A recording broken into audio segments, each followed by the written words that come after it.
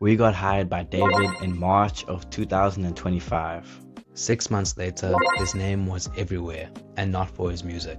And it made us ask a question we hadn't really thought about before.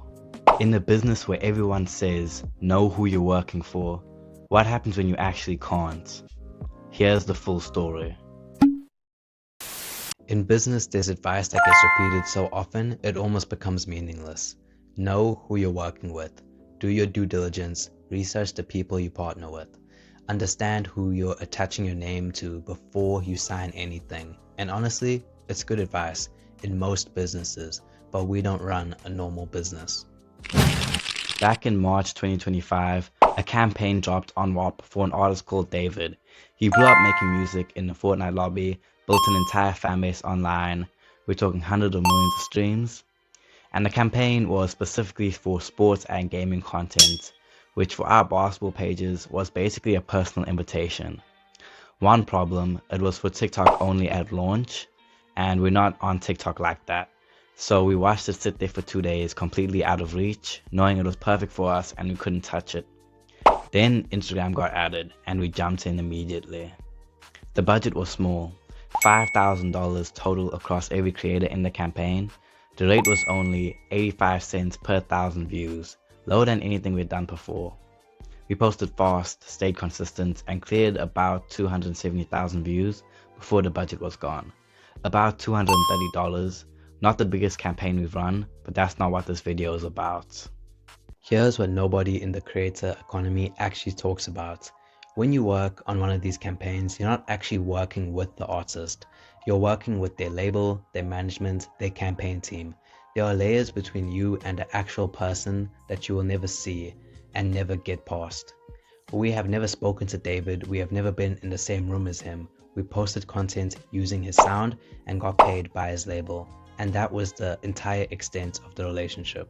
So when people say, know who you're working with, what does that actually mean in this context? We researched his music, we checked his streaming numbers, we looked at whether the campaign seemed legitimate. That's the due diligence that was available to us. But who he actually is as a person, we had no visibility into that. None. And I don't think we could have had it even if we had tried. In September 2025, 6 months after we worked with him, an horrific scenario surfaced. And if you're watching this video, you probably know what it is. And if you don't, it'll be easy for you to find, as we don't think it's our place to go into detail about it here. But still with that timeline for a second, we worked with him in March, the story broke in September. There's no version of due diligence we could have done in March that would have shown us what was coming. And that's actually worth thinking about. The traditional business advice assumes that who someone is right now is knowable and that it stays relatively stable. You research a business partner, you meet them, you get a read on them, and that information is useful for the duration of your relationship. But we're not in a traditional business relationship. We're in a model where we work with artists at the beginning of a campaign window that lasts days, sometimes hours. The person we're technically working for is someone we'll never meet, mediated entirely through a platform and a label.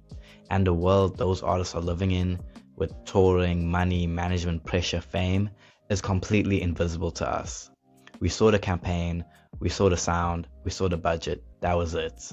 We don't say any of this to minimize the situation or to make it about ourselves. Our particular experience isn't the point.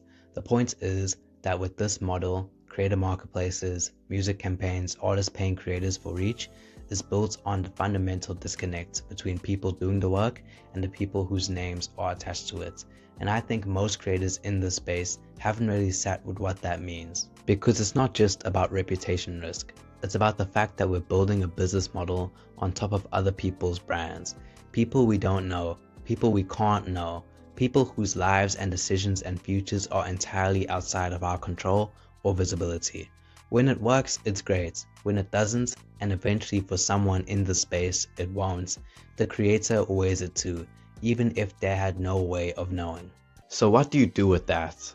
Honestly, we're still figuring it out. We're not going to stop doing campaigns. The model works, the opportunity is real, and the scale you can reach through these partnerships is something we couldn't build alone. But we think about it differently now. We think about portfolio. Don't build your entire brand identity around a single artist or campaign. We think about platform ownership. The pages we build are ours. The audience is ours, regardless of which artist sound we're using to grow. And we think about timing as well. A campaign from March doesn't define us all the way in September. But the honest answer is you can't fully protect yourself from something you can't see coming. And in this business model, you're going to be working with people you'll never meet, whose lives you'll never fully understand, whose futures you cannot predict. That's just the reality of it. So in summary, know who you're working with, sure, but in our world, you never really can, and you have to make peace with that.